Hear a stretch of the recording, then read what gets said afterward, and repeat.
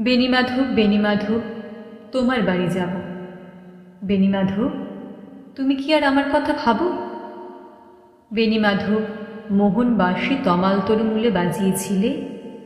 আমি তখন মালতী স্কুলের ডেস্কে বসে অঙ্ক করি। ছোট্ট ক্লাস ঘর, বাইরে দিদিমণির পাশে দিদিমণির বর।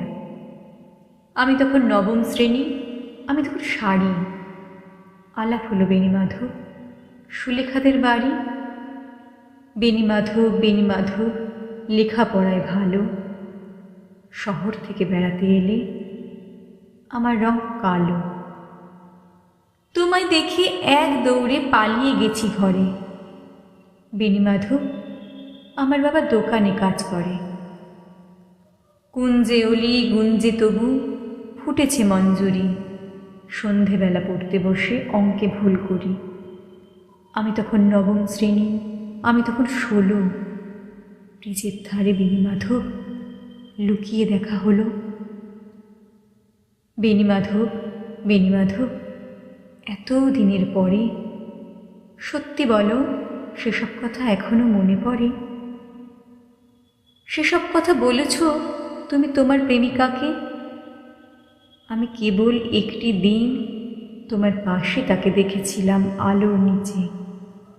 অপূর্ব সে আলো। স্বীকার করি দুজনকেই মানিয়েছিল ভালো। জুড়িয়ে দিল চোখ আমার, পুড়িয়ে দিল চোখ। বাড়িতে এসে বলেছিলাম ওদের ভালো হোক।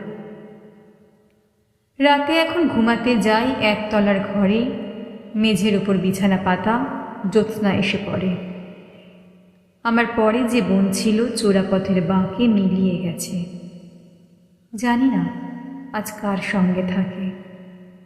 আজ জুটেছে, কাল কি হবে, কালের ঘরে শনি। আমি এখন এই পাড়ায় সেলাই দিতে মনি। তবু আগুন বেণীমাধব, আগুন জ্বলে কই। কেমন হবে আমিও যদি নষ্ট মেয়ে হই।